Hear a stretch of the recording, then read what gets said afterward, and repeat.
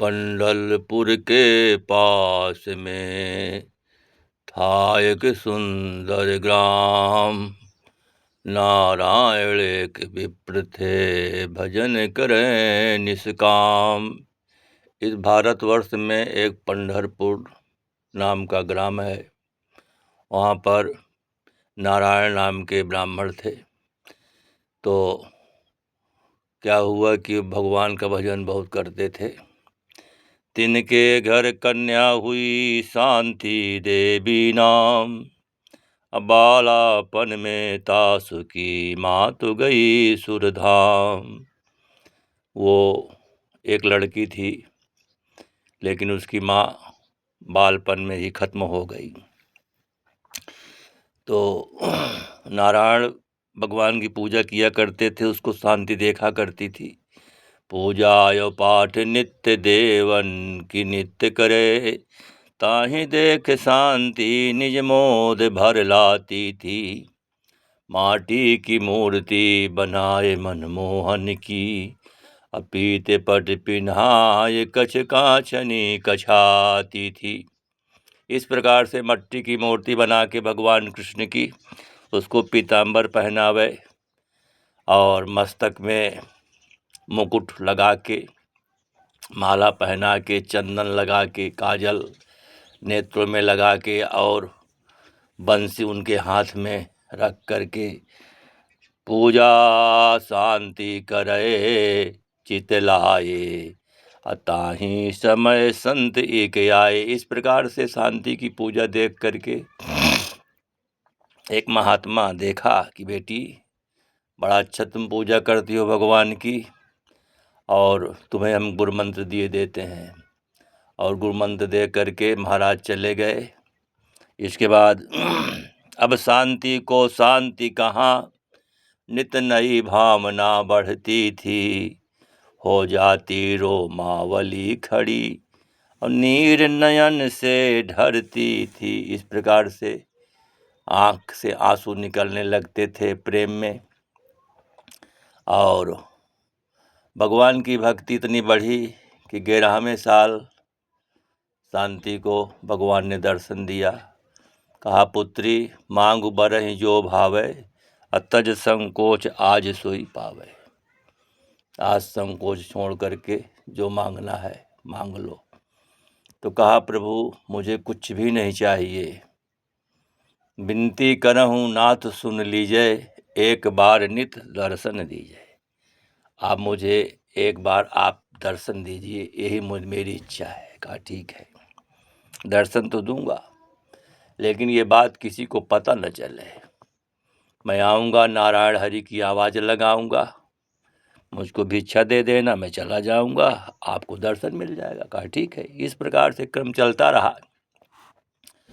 कुछ दिन के बाद लोग बाग कहने लगे कि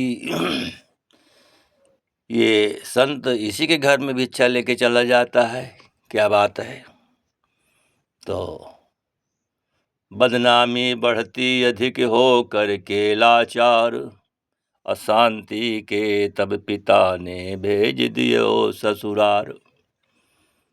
बदनामी जब बढ़ने लगी तो नारायण विप्र ने पुत्री शांति को ब्याह करके विदा कर दिया।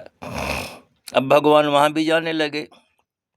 एक दिन 2 दिन हुआ तो जैसे पहले दिन गए तो नारायण हरि की आवाज़ लगाया तो शांति निकल के भिक्षा दिया।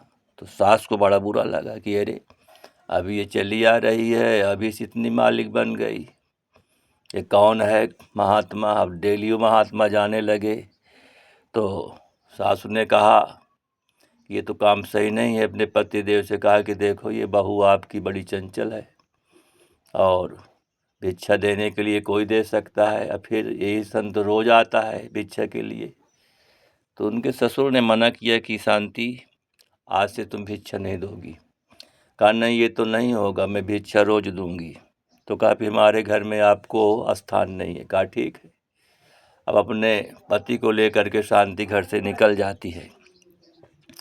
अब इसके बाद जो है तो मांगते खाकते गए एक राज्य में। तो वहाँ का राजा कोढ़ी था। तो शांति ने अपने पतिदेव से कहा कि देखो, मैं भगवान का चरणोदक ले लूँगी और इस नगरी के राय ताके तन में कोढ़ है, अपियत रोग मिट जाए, कहो वैद्य हम दूर के। जैसे पिएगा वैसे दूर हो जाएगा मर्ज उसका, तो हमको वो कुछ न कुछ वृत्ति तो बना ही देगा। तो ऐसा ही किया। इसके बाद आधा राज्य उसने दे दिया कि बेटी हमारा कष्ट दूर हो गया, अब तुम लोग भी सुख से रहो। वहाँ भी महात्मा जाने लगे रोज। तो राजा ने कहा कि बेटी ये रोज महात्मा आता है और भिक्षा लेके चला जाता है। कहा हाँ महाराज।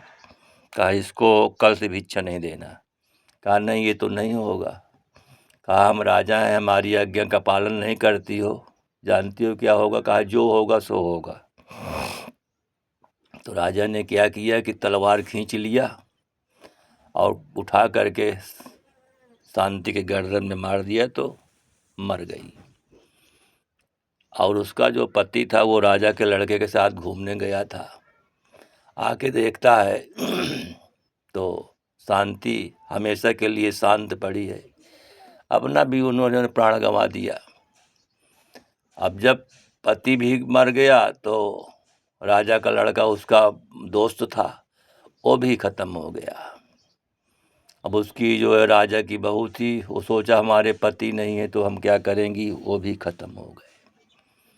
नर नारी हाहाकार करें, सारे नर नारी जो है तो हाहाकार करने लगे।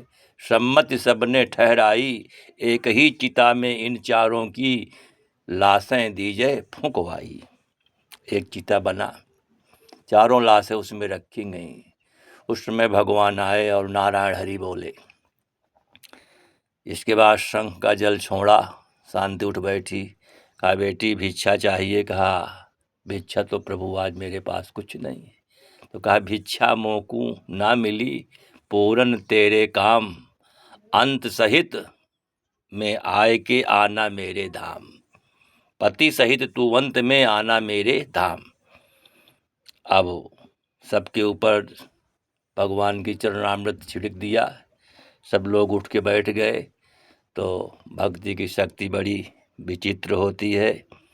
इसलिए एक घड़ी आधी घड़ी आधे में पुनियाद, तुलसी संगत साधु की हरहि कोट अपराध।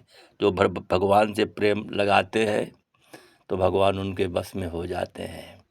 जैसे ध्रुव के बस में हुए, प्रहलाद के बस में हुए, सेवरी के बस में हुए और उनके नारद जी के बस में हुए। तो इस प्रकार से सच्चिदानंद भगवान की जय।